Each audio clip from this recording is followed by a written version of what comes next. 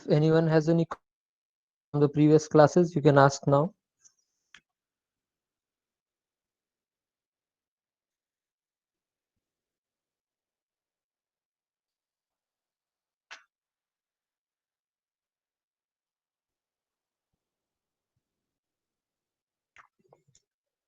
Okay, so we'll start.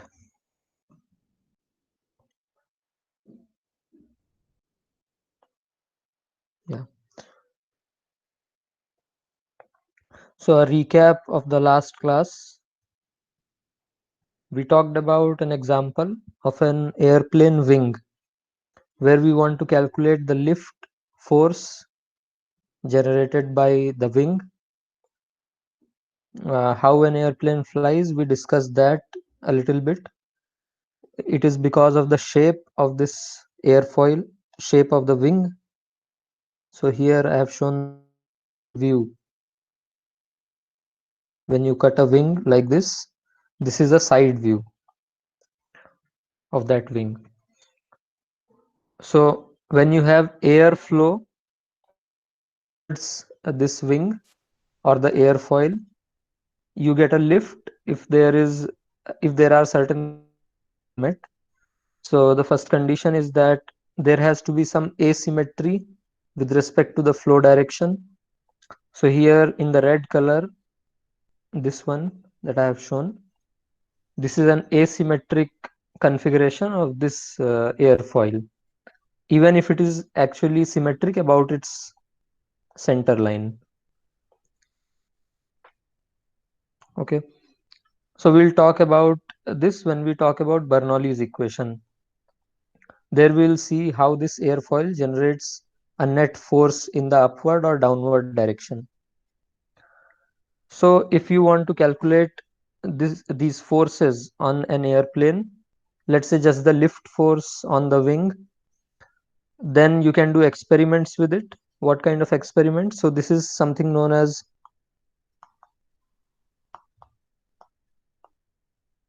tunnel. Similarly, there are water tunnels also where a liquid is flown. This is a wind tunnel where you have a fan somewhere here. This is the tunnel. Blows air in this direction. So is pulled inside this tunnel from outside.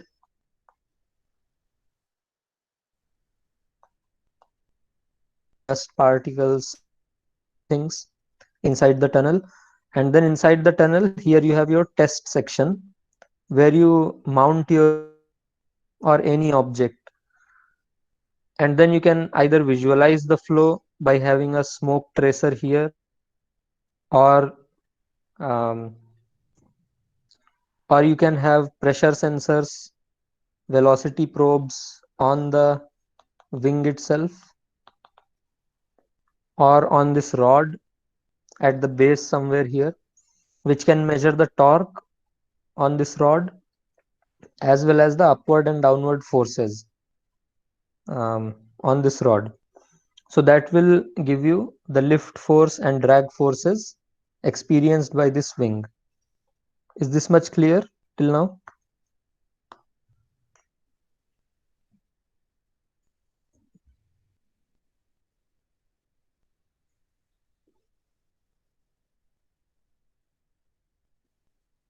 Okay, all right.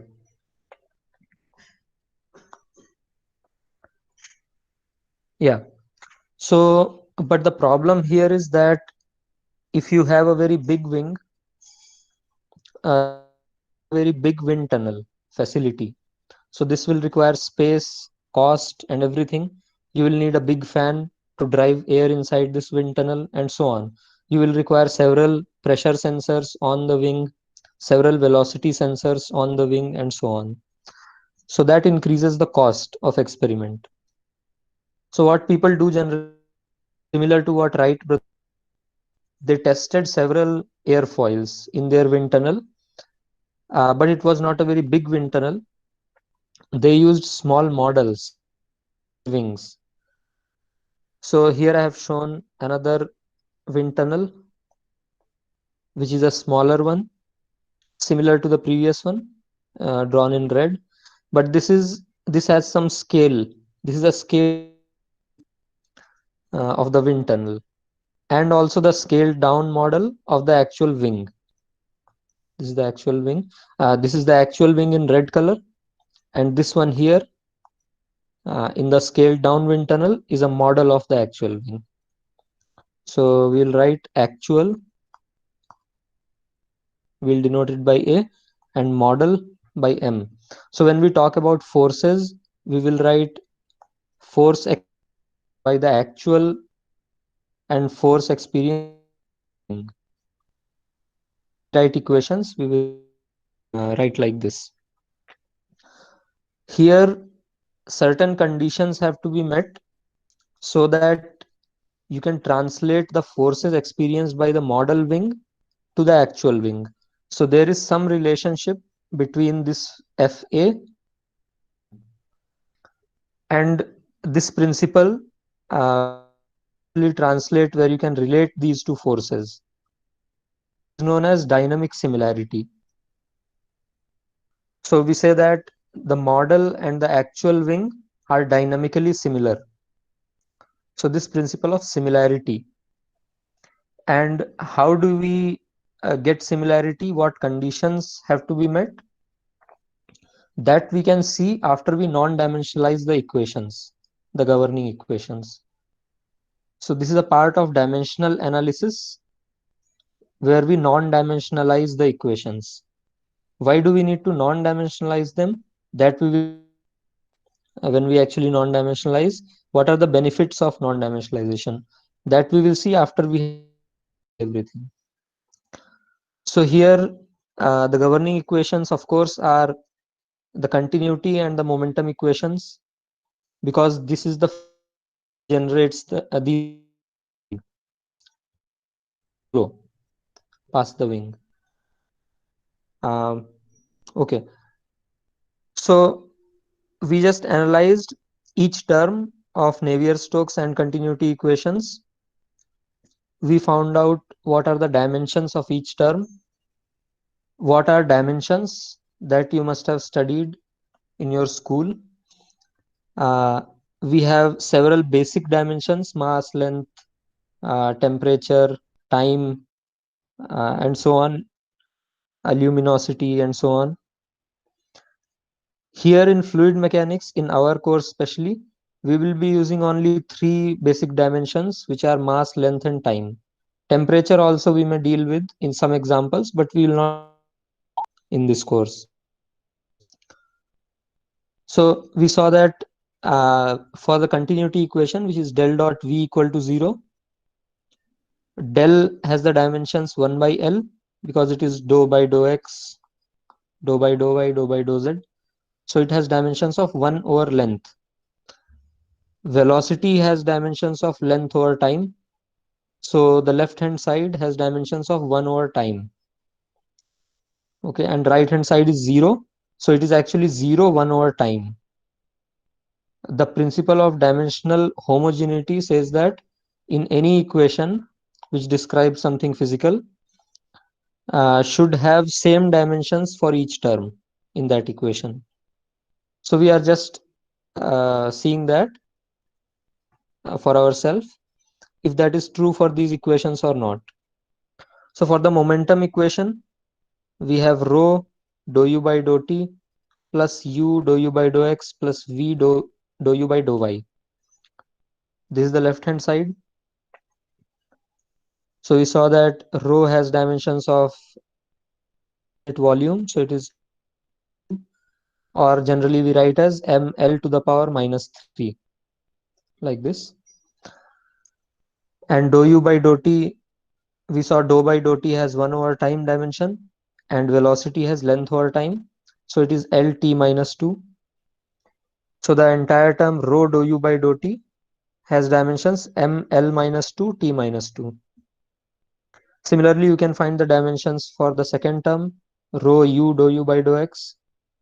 We saw that that also comes out to be ml minus 2 t minus 2. Similarly, we did this for all the terms. For dou p by dou x also, Dou by dou x has dimensions 1 by L. Pressure is force per unit area. So per unit area, we can write 1 by L square. And then force, we can write mL by T square, mass times acceleration. So finally, we get mL minus 2 T minus 2. Similarly, for the stress term, which is the viscous term, we get the same thing, mL minus 2 T minus 2. All right. So we have not non-dimensionalized this equation till now. We just saw the dimensions of each term. For the dimension, it generally the equation is dimensional. Every term has some dimensions, but now we will non-dimensionalize this. So this may be a new concept. We'll do it term by term. We'll see how we non-dimensionalize. Okay. So how do we start? We choose some characteristic scales. What we mean by that is, for example, for velocity, if u star is our dimensionless velocity, which has no dimensions, and capital U is some constant velocity, which is our characteristic scale, which means some prominent velocity in the flow.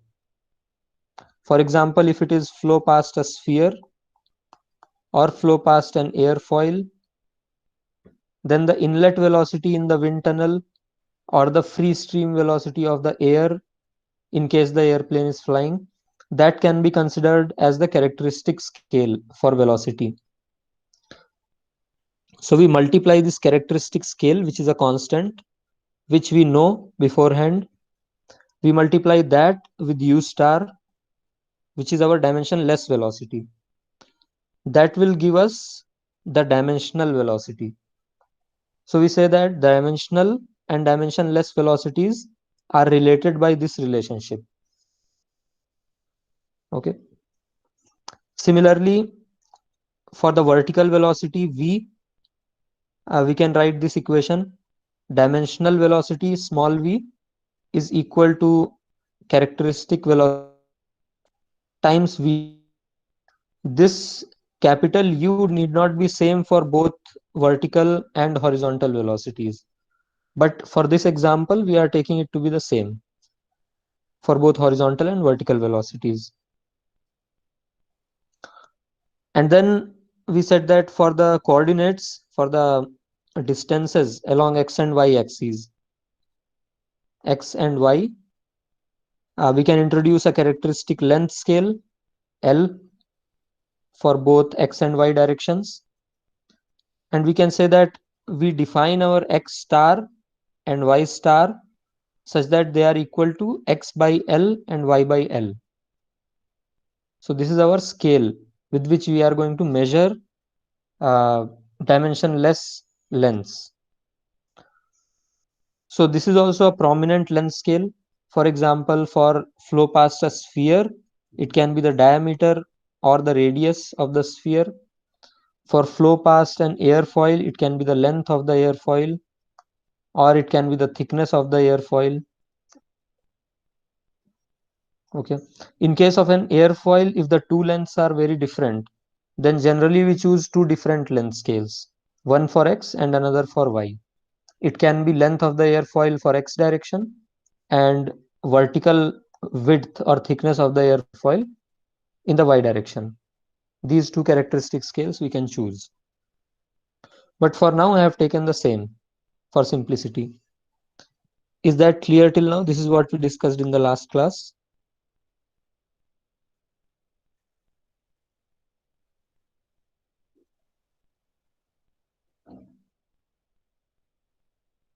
Is there any question up to this point?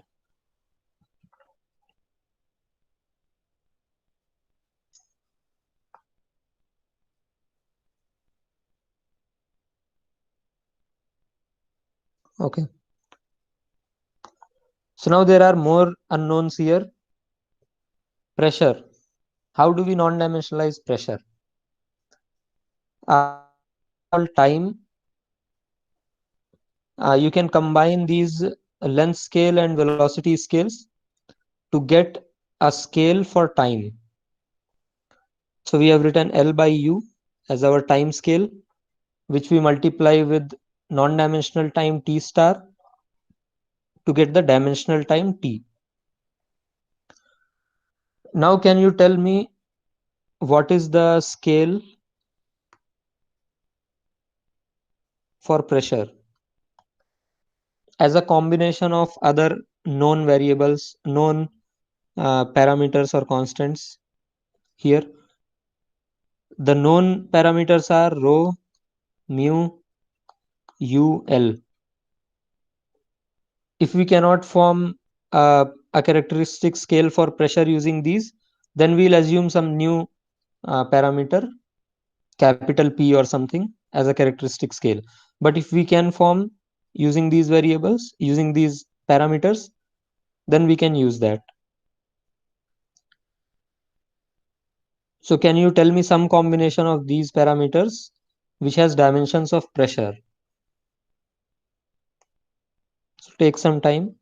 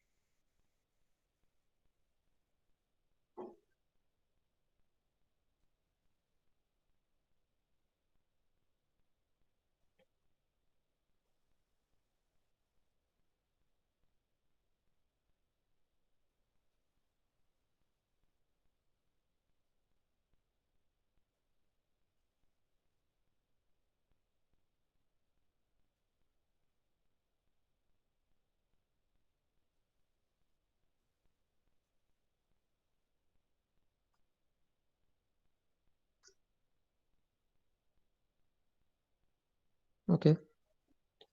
So density times L square times U square. Let us see what is the dimension of that. If we write rho U square, this is mass per unit volume, then U is L by T, and this is L square. So this is ml by T square. And what is the dimension of pressure? Pressure is force per unit area,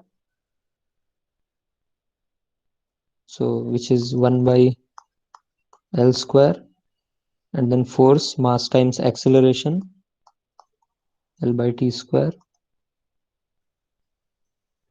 So m by LT square. So there is something wrong with this formula.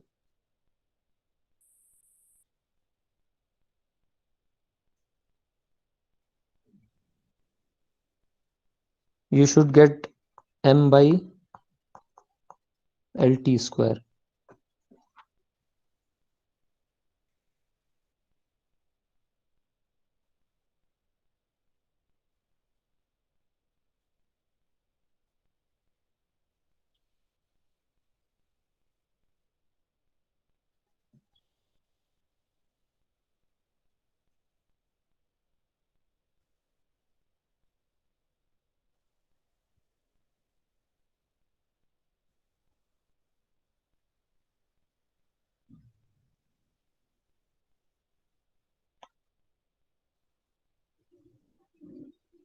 Okay, several answers here.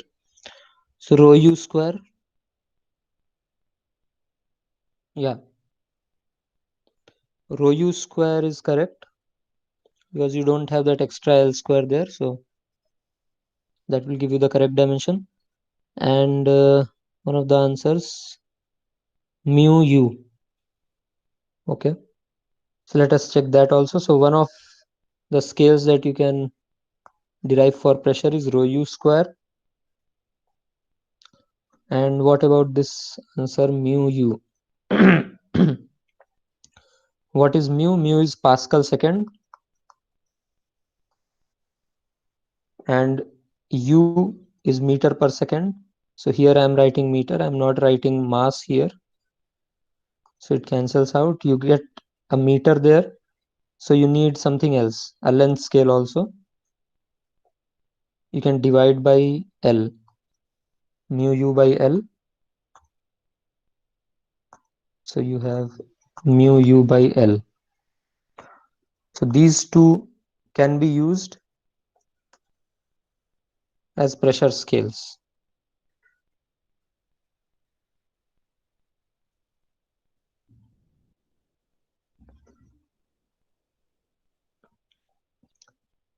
Okay. So which one to use when? It will depend on the problem. But for now, you can use anything. It does not matter. So when to use which? If the inertia in the flow, if the velocity is high enough that the viscous forces don't matter much, then you can use rho u square to describe the problem. Otherwise, if viscous forces are large and the inertia is not so much, then you can use mu, this one, mu u by L. But that is the recommendation. It is not necessary to use these scales. It is not necessary to prefer one of these scales. So any scale you can use. Let us use rho u square here. Rho u square. Now let us write the momentum equation. I'll erase all of this.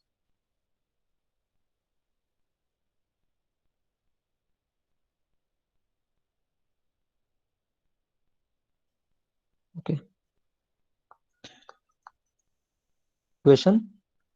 We will replace these variables with these new definitions. So we'll keep rho as it is. It is a constant, we are assuming. If it is not a constant, then you have to write rho star also. You have to define a rho star.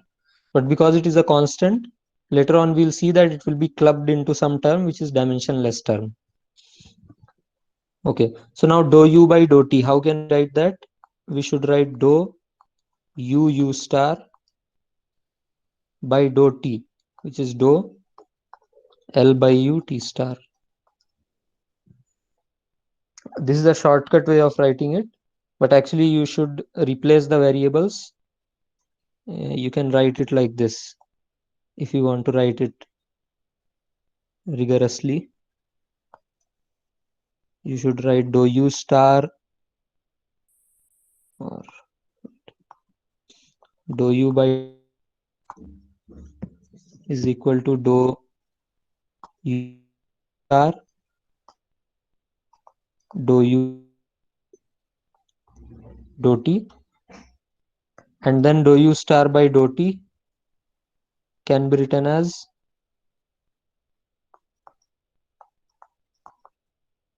by t star dou t. Okay. And then how do you find derivative of u with respect to u star? Using this is the derivative of u. It is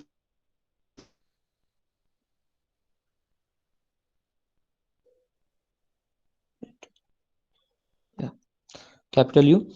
And then what is star by dou t star? We don't know. That is the unknown. Dou u star by dou t star. And what is dou t star by dou t? Using this equation, dou t star by dou t is capital U by L. So you get the relationship between dou u by dou t and dou u star by dou t star. So you can replace dou u by dou t by this thing, u square by L. But we'll see from this shortcut method also that if you just replace u by capital U star and t by L by u t star, capital U L both are constants, you can take them out of this derivative symbol. So you will still get u square by L as the final coefficient. Okay.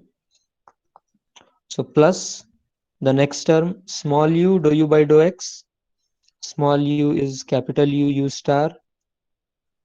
Dou u by dou x u u star by x can be x star, other terms. Write the left hand side.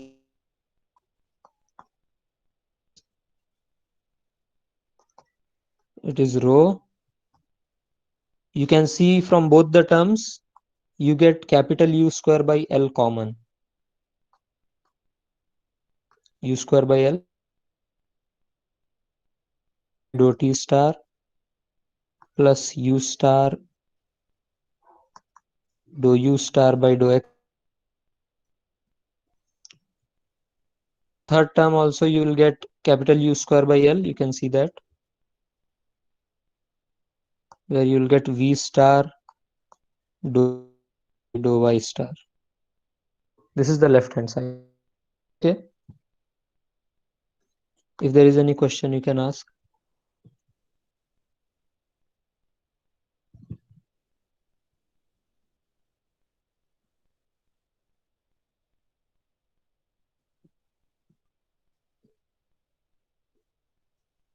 Okay. So now you can see that we have written the equation in terms of s variables. These variables don't have any dimensions. So you will write that u star, let's say it is 1. Now this has no dimensions. It is not 1 meter per second or anything, or feet per second or feet per millisecond, whatever. It does not have any dimensions. So u star equal to 1 can be 1 meter, can be 1 centimeter, can be 1 nanometer per second. It can be anything. It is just a number, no dimensions.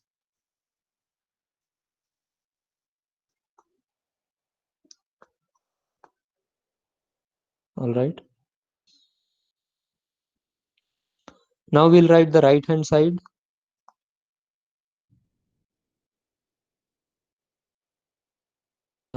It is minus dou p by dou x.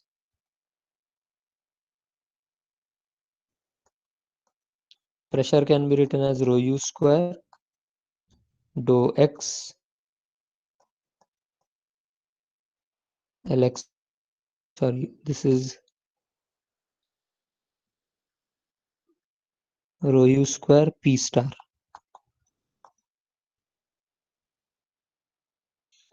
Now the viscous stress term mu u by dou x square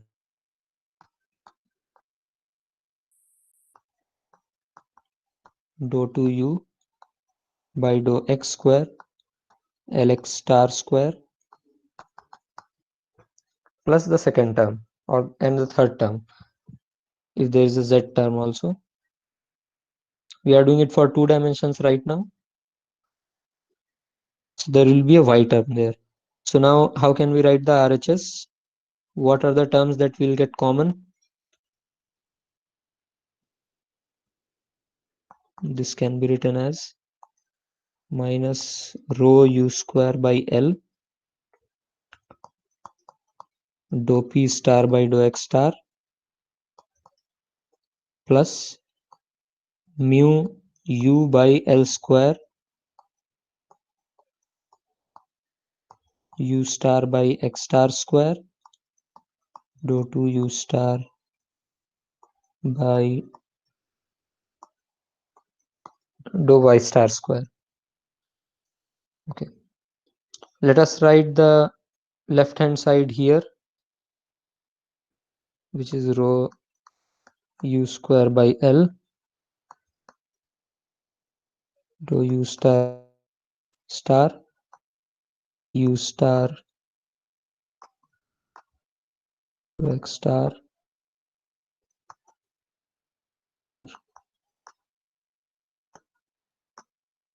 Okay. Now we can divide throughout by rho u square by L, and we will get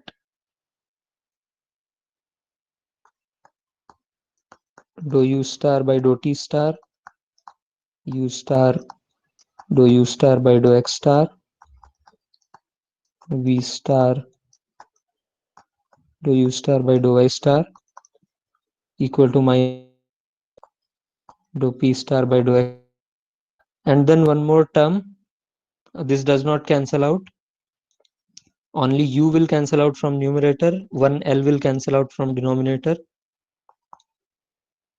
rho will go in the bottom denominator, rho u L.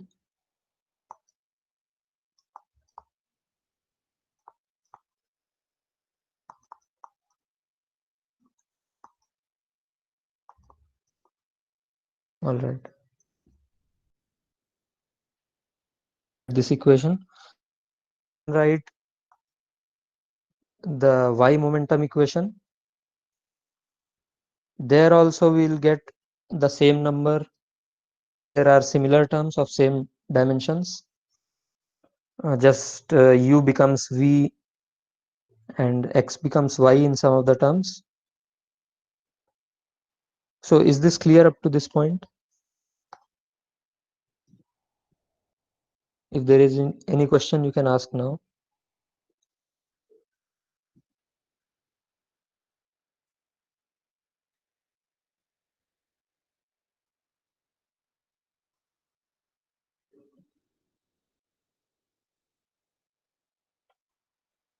Okay. Yeah. So this equation looks similar to the dimensional equation. The terms look similar. If we drop off the star, then it will look similar. Just that there is one extra row on the left hand side which multiplies this whole thing in the dimensional equation, that has gone. And there is this special term that has come up, mu by rho u L. What are the dimensions of mu by rho u L? Can you write here? What are the dimensions of mu by rho u L?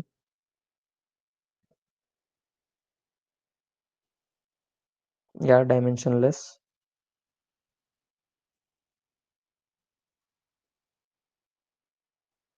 Okay, everyone agrees that it is dimensionless.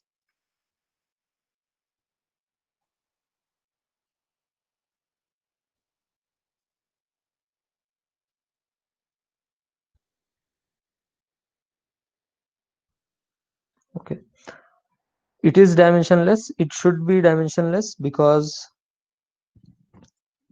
yeah,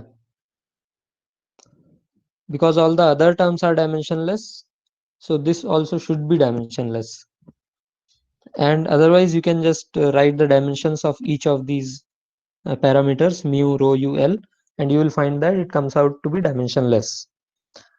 So this dimensionless number, which is a combination of fluid properties and characteristic scales, this is known as by Reynolds number. Reynolds number, rho u, 1 by Reynolds. And this is, in physical terms, this is the ratio of inertial to viscous forces.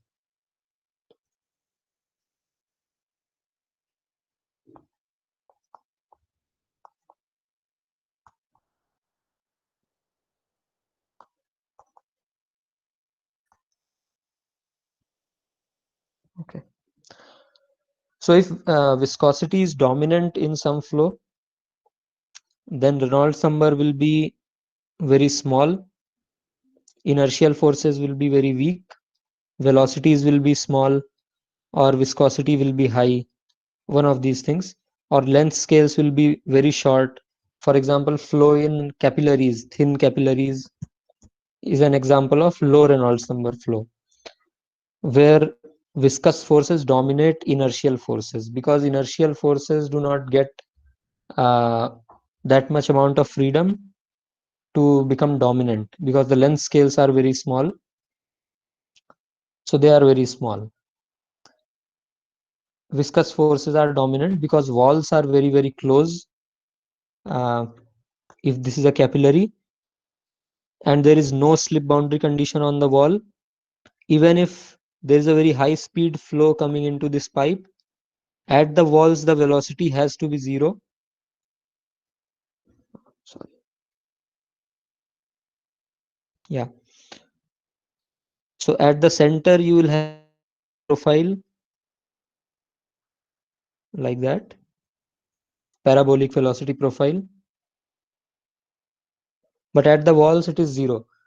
So either it has to have very large pressure gradient between the 2 points so that it can have very high inertial force.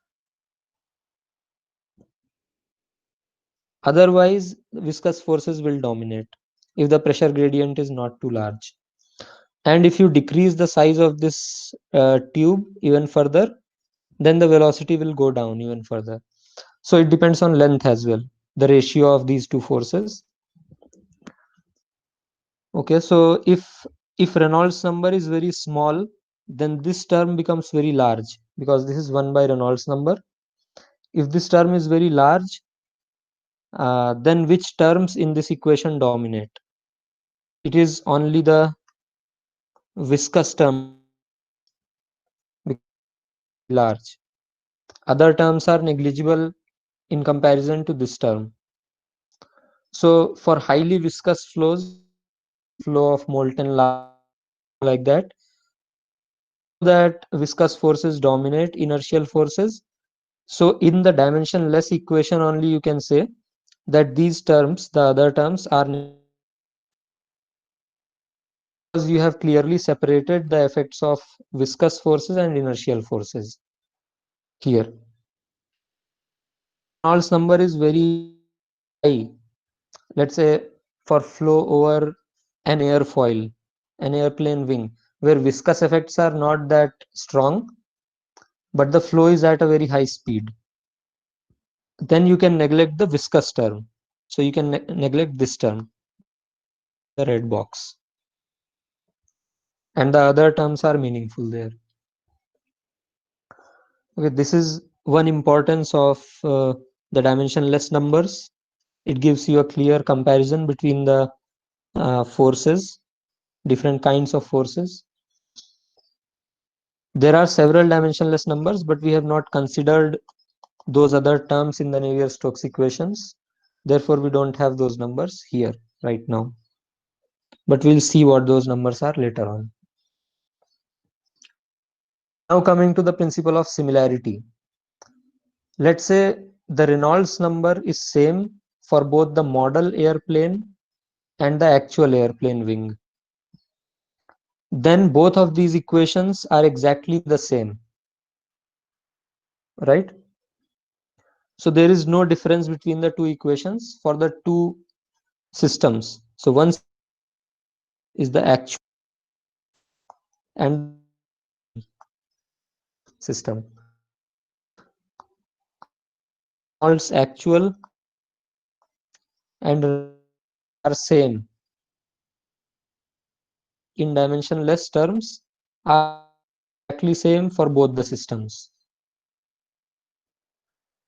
So the velocities and pressures that you get by solving both the system equations will be exactly same. But which velocities and pressures? These are dimensionless velocities and pressures. Okay. U star V star star A equal to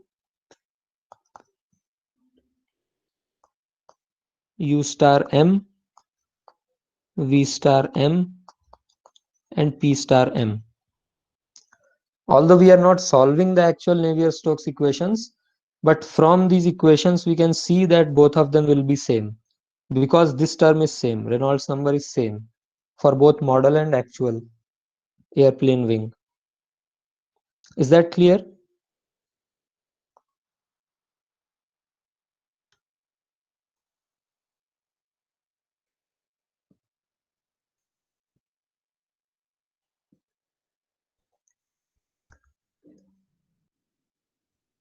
Okay,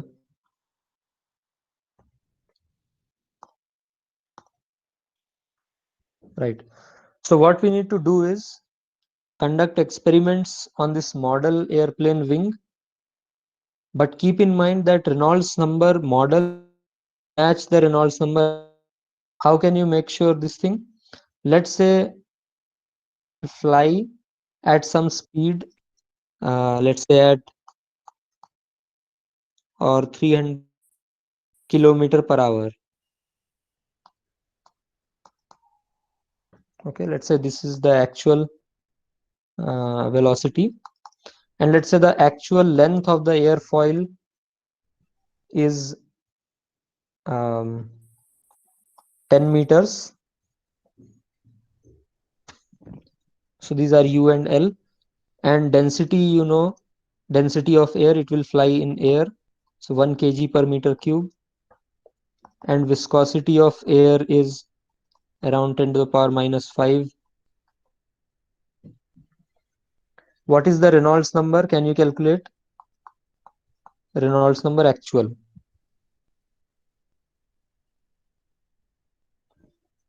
So this is rho u L by mu. Okay, let us convert this velocity to meters per second.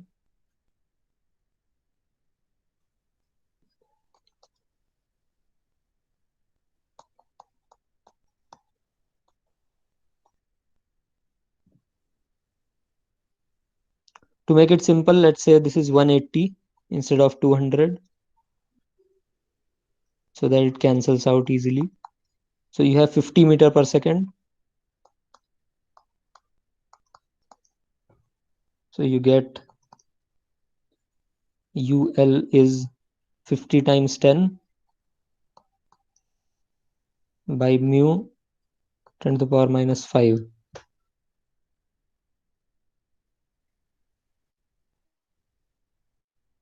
So it becomes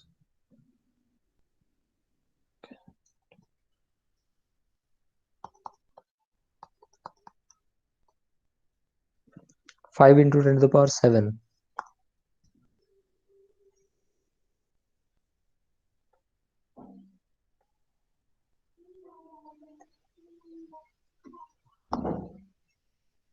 All right.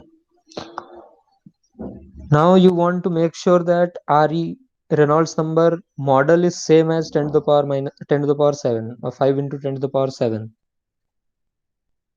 How do you do that?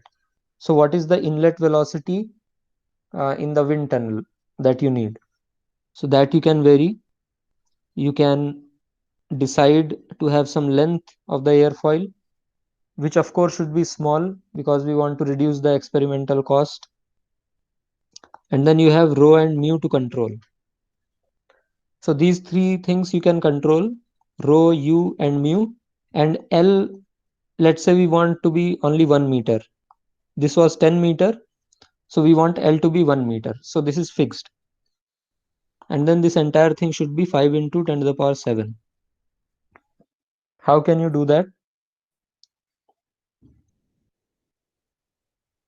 What velocity, what is the limit of velocity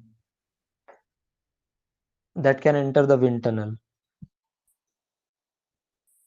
It should not exceed the speed of sound, otherwise it will cause other problems. For example, the flow will not be incompressible anymore. It will become compressible if you increase u beyond the speed of sound in that medium. So first you decide the medium which will govern this rho and mu. But let's say it is air, then u cannot go beyond 330 meter per second. Let's say you choose u to be meter per second, and then rho can be 1 for air, and mu will be 10 to the power minus 5. So this still gives you 3 into 10 to the power 7. Okay, this is still not 5 into 10 to the power. So what you can do is the length amount into 5 by 3. So if you have your length of the airfoil as 5 by 3, then it is fine. Then you get 5 into 10 to the power 7. So the parameters for the model airplane wing and the wind tunnel are: you take the air medium, which has density and viscosity of 1 and 10 to the power minus 5 in SI units. Keep the inlet velocity of wind tunnel as 300 meter per second, which is very high. If you want to reduce the velocity, then you have to increase the airfoil wing, and then take the length of the wing as 5 by 3, which is 1.67 meters. So this is the minimum length that you have to take. You cannot go below this. Is this okay?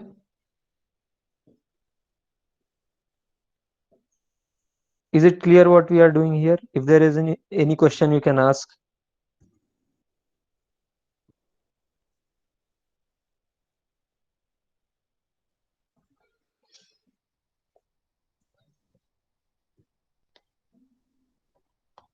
Okay. So now you have velocity probes, pressure probes on your wing. You will not get U star, V star, P star directly.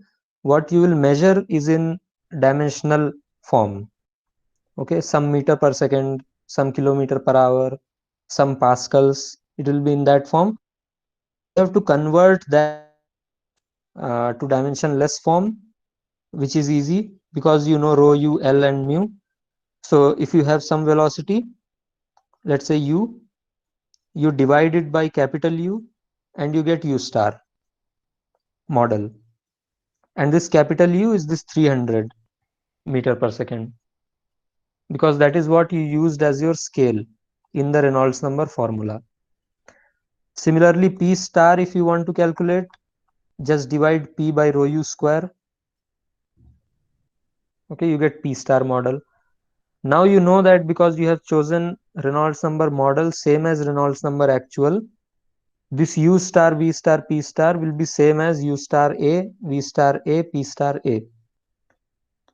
Now to calculate the actual velocity and pressures in the actual airplane wing, you take this U star and multiply it with U. Here this U is for the actual, which is 50 meter per second. So this is the velocity scale of the actual. This is velocity scale of the model.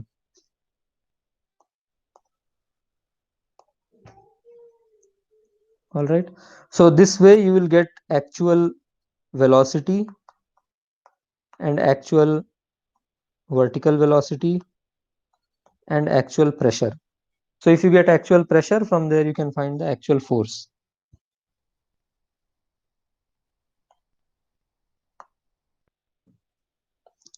So this is all for now. We'll discuss more on non-dimensionalization. If there is any question, you can ask, or we can.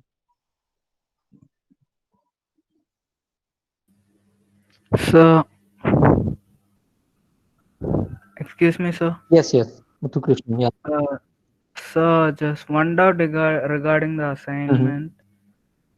Yeah, so should we have to calculate the tau RZ for parallel plates in polar coordinates or Cartesian? In polar coordinates. If it is RZ, it has to be polar. No, sir. Just you mentioned tau RZ, and for for parallel plates, it's Cartesian, right? So that Yes, was a doubt. yes, yes. So for parallel, it is tau yx, right? Yes, sir. Yeah, that is not So rz then. should Yeah. okay, sir. So we have to calculate tau xy for parallel plates Yes. then. Okay, sir. Yeah. Thank you, sir. Okay. Okay. Yeah. That Siksha portal thing, I'll check now. I think there are some permission issues that you cannot see it. So I'll fix it. Okay. That's all. Okay. Thank you.